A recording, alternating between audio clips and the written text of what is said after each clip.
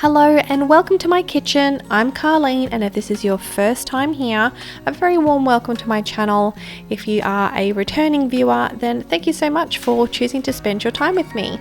This week we're going to cook once and eat 3 times, preparing barbecue pulled pork one night and then stretching that all the way through 3 meals for my family of 5.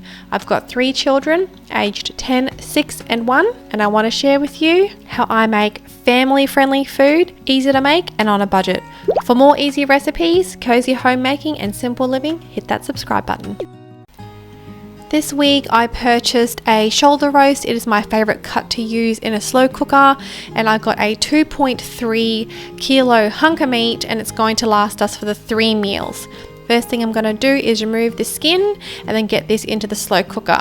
I'm running late on time this day. I had to go and vote, so I'm starting this at about lunchtime, whereas normally I would have started this, or actually I think it was about 10:30, whereas normally I would have started it like after school drop off 8:30 in the morning. So I'm going to use a neutral rub to be able to use this flavor profile across all 3 meals, and we're going to use a dry rub with 3 tablespoons of brown sugar, 1 tablespoon of salt, and 1 tablespoon of pepper as well. You can use white or black, doesn't really matter. Give that a good stir, and then we're going to prepare the meat.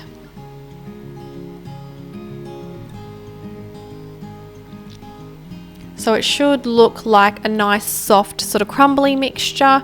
You could add other herbs and spices if you would like, but like I said, I just want to keep it nice and neutral because I want to make this a barbecue flavor. So I've got my dry rub ready to go.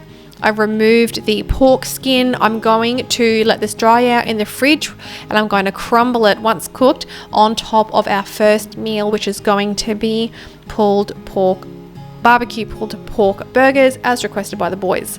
So here's the meat that I have left. I'm just going to pop that straight into the slow cooker. I did second guess myself because I didn't add any liquid. I don't normally, but after removing the rind, I was a bit worried that there wouldn't be enough fat content and juice to cook the meat and it would be dry, but it was completely fine. So we're going to save myself some washing up. I've just tipped it straight into my slow cooker and slathering half onto the front and then half onto the back. I like to keep things simple over here. No need to make things more difficult than what they need to be, or give myself more washing up than I need, because there's already 5 of us here. I don't need any more washing up. Thank you. So we're going to go ahead and mix that all through into every nook and cranny, and then I'm going to just push that down into my slow cooker so that the meat doesn't dry out. While the slow cooker is working its magic, I'm just going to go ahead and prepare a very simple coleslaw. I'm using my little mandolin to shave up some drumhead cabbage, adding in some grated carrot and some chives that I just got out of the garden, and a couple of little small shallots as well. To kick this simple coleslaw up a notch, we're going to add in some matchstick slices of Royal Gala apple.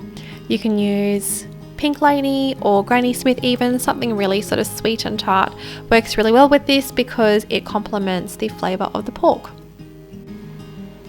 I then remembered I had some leftover sliced red onion from a surprise birthday party we threw for my husband who recently turned 40, and I figured I would just use that up. You don't have to add that in if you don't like, but my kids didn't seem to mind it this time, which was good. It also adds a little bit of colour as well. You could add some red cabbage for some variety, but I went with the cheap option. Now to add our dressing, I'm just using some sweet and sour cucumber pickle juice to add some acidity and some flavour to some mayonnaise. And this is a really simple way that you can create your own coleslaw dressing without having to go and buy a separate ingredient. I'm just coating the apple with that pickle juice to stop it from going brown and yucky pretty much before dinner is ready, and then I'm just going to add in some mayonnaise as well just to finish that off. I don't normally add the the salad dressing, I would add the pickled juice to stop the apple from going brown, but I don't normally add the mayonnaise too early before serving, just so it stops the coleslaw from going stodgy. Nobody likes soggy coleslaw. Soggy slaw will not be on the menu for tonight. I'm just going to pop that in the fridge to keep it nice and cold for when dinner's ready to be served. Now next up, I tipped some boiling hot water just from the kettle onto our pork skin before I added in some vinegar, some oil and some salt, massage that in. Now can you comment below and tell me what you do to get the best pork crackle? I feel like this is the way I used to do it, but it didn't work out as good this time, and it hasn't recently, so I don't know if it's the way that I'm preparing it or if it's my crappy oven that doesn't seal properly. Open to some advice. Comment below and tell me how you like to prepare your pork crackle. Do you have like a fail-proof method? Please share below if you do. I would love to hear. Okay, it is go time for dinner, and I cannot tell you how happy I was to see that this meat was pulling apart really easily. It's really hard to do pulled pork if you can't pull it apart, and I was concerned after cranking it on high for a few hours and then on low whether I would like mess with how good it would come out, because normally I would just set it on low, but it was completely fine. I was so happy, and it is time to get our pulled pork ready for our burgers for night one. As you can see, everybody is hungry and waiting for dinner. Now you probably noticed how much liquid was in the slow cooker after it had been slow cooking all day. So I had to drain some of that out. I did keep it thinking I would do like an Asian style soup with noodles on one of these nights, but it didn't quite go to plan because the kids wanted pizza. And then I ended up doing that awesome mac and cheese that you saw in the beginning of this video. So I'll have to save that for something else, another recipe. I'm just going ahead and just making sure I'm shredding all of that meat so it's easy to distribute for my 3 meals. We are keeping it really simple and really easy tonight, adding in some really basic flavors. So we're going in with some onion powder. I'm aiming for about a teaspoon of each.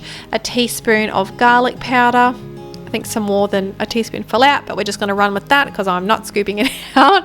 I'm going in with some smoky paprika. A sprinkle of salt. And I'm going with store-bought, Aldi bought barbecue sauce. I'm cheating on tonight's meal because I want this to be a really simple meal to pull together that is easy for those working mamas out there and those busy families. Yes, in the past I have made the barbecue sauce from scratch thing, but tonight we are taking a shortcut because I wanted to have a rest this weekend after hosting so many celebrations for my husband's birthday. I'm just adding enough so that the meat is nice and moist and will be easy to spread out on my slab of bread rolls.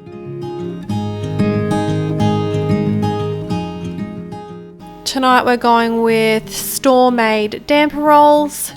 These are my favorite for these types of burgers. I could have made a slab from scratch. I mean, slab is generous. 6, okay? Half a dozen.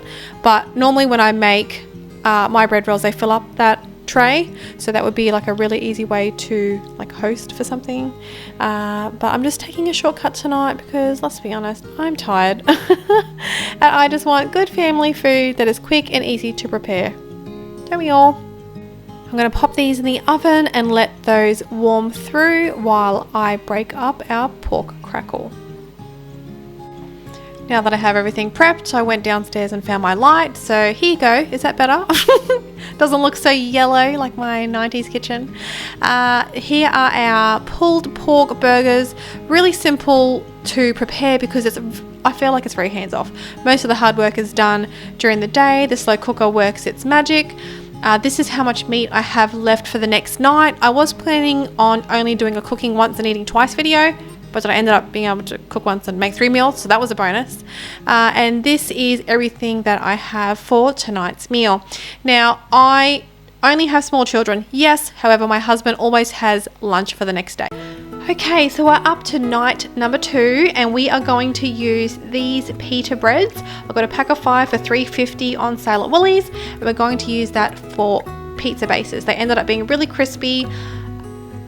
The kids loved it.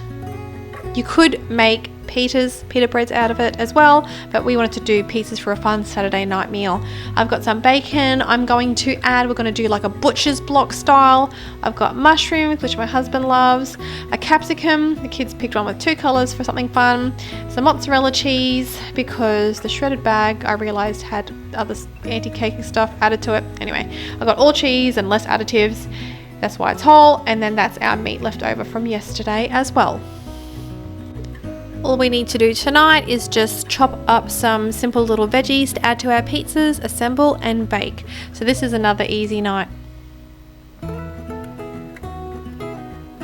I did forget to mention in last night's dinner I did have some leftover crispy potatoes in the fridge that I just warmed up, but if you wanted to do fries for the side for your burgers, I'm sure that the kids would love them. If you have your frozen fries, or if you wanted to do potato gems or something, that's something that you can add to a fun burger night too. So we're going to add some green capsicum to a pizza. I had planned on doing like a Hawaiian sort of style with some sweet pineapple as well and the red onion, and then I realized I didn't have a can. So we ended up doing like a meat lovers, a butcher's block, and to make them a little bit more special, I went in with some finishing sauces as well, which you would have seen in that first clip. Now, being the weekend, we have been invited to a kid's birthday party at the beach, so I went and prepared all of this in the afternoon and then was able to come home late with the kids covered in sand, and I got to throw these onto trays and into the oven with like 0 effort right at dinner time. So I was really happy that I did this ahead of time. So I've got my container there ready to go. I'm going to separate each pizza with some baking paper, and then that worked fine. I was worried about them being stacked, that they would be like flat, but they were fine. Also, the pieces that you get like deli ready are kind of flat at the shop, so I was like, I got 99 problems and flat pizza ain't one of them. Tell me in the comments below, if you were to make a pulled pork pizza, what flavor combos would you try? I was considering doing like some sort of tangy, zingy, like apple, like chutney or something like that on there, but I just ran out of time because we had been at the beach all afternoon. But tell me below, what would you put on your pizza? I just did a slight variation on each one. I did 3 pizzas all together, and I just found that like the easiest way to prepare this ahead of time. This is how much pulled pork I have left after doing the 3 pizzas from tonight and last night's 6 burgers, and I've got a little bit of diced bacon as well, so I'm going to save that for a recipe for tomorrow. Okay, so we're back from the beach. I am covered in birthday cake. I ended up washing my car and being in the garden, so I am a mess. Welcome to my kitchen. I also broke a nail while doing some gardening, so this is why I never have nice nails, okay? Just digging stuff, cooking stuff. I just not the season I'm in. Okay, so I've got my pizza trays, and I'm just going to pull this straight off my stack of pre-done pizzas, and I'm going to throw that in my preheated oven. Now, I did think about this briefly before, but thought, that's a problem for later. Was that I was thinking that all of the pizza ingredients from the below pizza would get stuck on the next pizza, but it was fine after brushing that off, and I didn't damage my trays, and it wasn't, scorched on. It didn't make my life harder with cleaning, and that was fine. So I'm still happy that I did it this way. It made this so much easier to get a fun dinner on the table. Let's get these in the oven and try and rinse down the 1 kilo of beach sand that I now have on my bathroom floor. Okay, so I used last night's leftover coleslaw, mixed in some spinach leaves, bulked it up with some tomato and some of the salads that were left over from our pizzas, and a side salad is done. That was really easy, and I've got our first pizza out of the oven, and I am loading up the last one to take its place on the shelf so that can be cooking while I prepare some special finishing sauces. When I say special, I really don't mean they're special at all. It makes it look special, but it's really easy to do, and it's budget friendly, so win-win. These pizza bases, or pita bread brace, oh my god, I can't speak. Pita bread bases. Oh my god, they were so crispy. I would definitely buy them again. That's all I was trying to say. So this one I've made for the children because they love meat and they love barbecue sauce. So we're going to make this one like a meat lovers with some extra barbecue sauce on top, because why not? Makes it look special, and it like costs me nothing, right? This one is inspired from a butcher's block style. So we're going to do a drizzle of mayonnaise and some barbecue sauce, but not as much. If you had aioli, that would be really nice too, like a garlic aioli. That would be super yummy as well, but I didn't have any on this day. And of course, the last little stripe had to come out as like a... Why couldn't it just be nice and like look pretty? Anyway, I do try. It's just a getting mess over here. Schmarlene's in the building, okay? I can't be perfect every day. I never aim for perfection. Now for the last one, I am making this one for my husband. So I'm going to make him a little something spicy. It is definitely dinner time. You can see a little hand there trying to pull my skirt down. He's hungry, ready for dinner. We're going to add to the dregs of my mayonnaise, as to why it was squirting everywhere, some tomato sauce, some smoked paprika, and a sprinkle of salt for some flavor. And then I'm going to add some sriracha. I don't know why I said it like that, but I'm going to add something spicy so it's a little bit different to the other pizzas, although they're kind of like same, right? You get where I'm going with this? Looks special, didn't cost a lot of money, but super easy to pull off. That is the season of cooking that I am in. I thought that the lemon juice would cut through like the richness of a creamy sauce on top of all of that meat, so I went ahead and added that too. Give that a good shake and add that straight onto our last and final pizza. These pizzas were so good. You definitely have to try barbecue pulled pork on a pizza the next time you get a hunk of meat. We're on 2 nights now after only spending $17 on that shoulder roast. Okay, are you still with me? Are you still here? We're on our 3rd night of cooking once and eating 3 times, and tonight we are going to do a creamy mac and cheese in the slow cooker, so I don't have to stand there and stir it forever. And we're going to dollop on our barbecue pulled pork and some crispy bacon. It was so good. Watch along to see how I make it. Now, if you are still here, please give this video a thumbs up, because you obviously like hanging out with me and you don't think I'm a complete cracker and you haven't left yet, right? I mean, there's still time. But if you're happy to hang around, please subscribe so you don't miss my next video. I have another one brewing of how to cook once and eat twice. I do have a playlist of other cook once and eat twice videos. They are my most popular ones, and I will link that below. All right, so first up, we're going to add butter to our slow cooker, and then we're going to add a whole pack of macaroni pasta. Now, I will link this recipe inspo below. Now, it did call for half and half. We don't have that on the shelf here in Australia. I am in North Queensland, if I haven't mentioned that earlier. It is hot and tropical weather at the moment, so having a slow cooker just saves me from being in a hot kitchen, and for that I am grateful. So we need 3 cups, it said, of half and half. I'm doing 300 mils of thickened cream, and then the rest I am doing of milk. This is my brain figuring out how I'm going to measure this out. I figured I'd do half of this, shake it up, use what's left in the bottle to get a little bit more cream out of there, and then I will measure out the rest properly.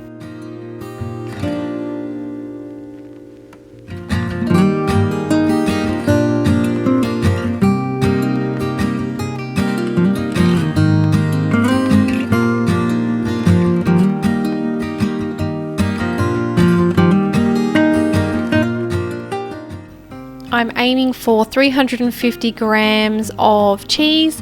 I'm using half a pack of cream cheese and what's left of the mozzarella from our pizza from last night. Here I am struggling for the scale to zero out. It wouldn't change how much it weighed. And then I'm just going to top that up with some tasty cheese as well. I wanted to have a variety of cheeses just while I had it on hand, as opposed to just using like a whole slab of cream cheese and the mozzarella cheese. So I did a trio of cheeses and it worked out perfectly at about 350. I just cut those up into smaller pieces so that it would make it easier to melt in the slow cooker.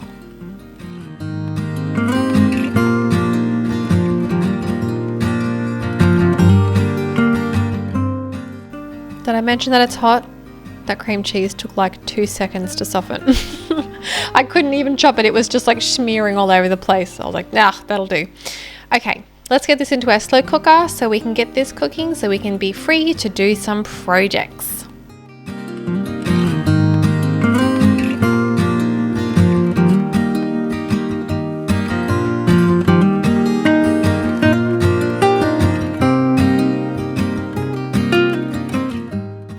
To the slow cooker, we are going to add 1 tablespoon of Dijon mustard,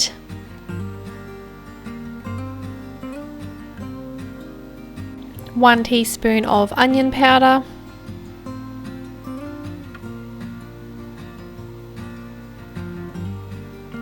season with some salt,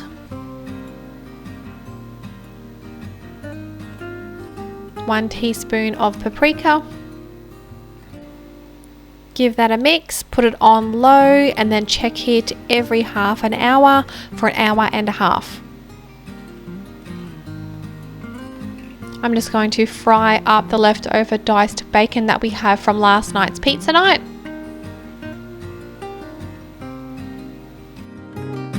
Grease my baking tray with a wad of butter so it doesn't stick. I don't have any spray and cook at the moment. And then forget to press record. I was so devo with myself. This is what it looks like. I just tipped out my slow cooker into my tray, and then I spread that out, and then I dolloped on my pulled pork into 6 blobs, and then I smeared that through like a fancy cheesecake. I was so mad at myself that I didn't record this. Sprinkled on my fried up bacon and then some cheese, and I'm going to pop that in the oven. It's as easy as that. I was careful not to overbake this in the oven so that it wouldn't dry out. It turned out so good.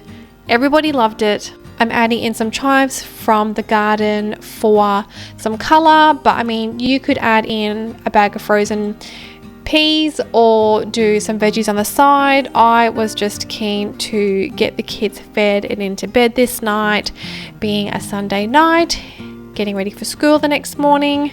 This was such an easy meal to prepare. I highly recommend that you try it. Now that is the last meal for this video this week. I hope that you enjoyed hanging out with me in my kitchen. I hope that you learned how to make something fun for your family, which is easy and budget friendly and simple, but delicious. I will also be linking some other videos for you in the description box that I think that you might like to watch, which are easy and simple to put together. Thanks for hanging out. I hope you've subscribed, and I will see you in my next video. Bye for now.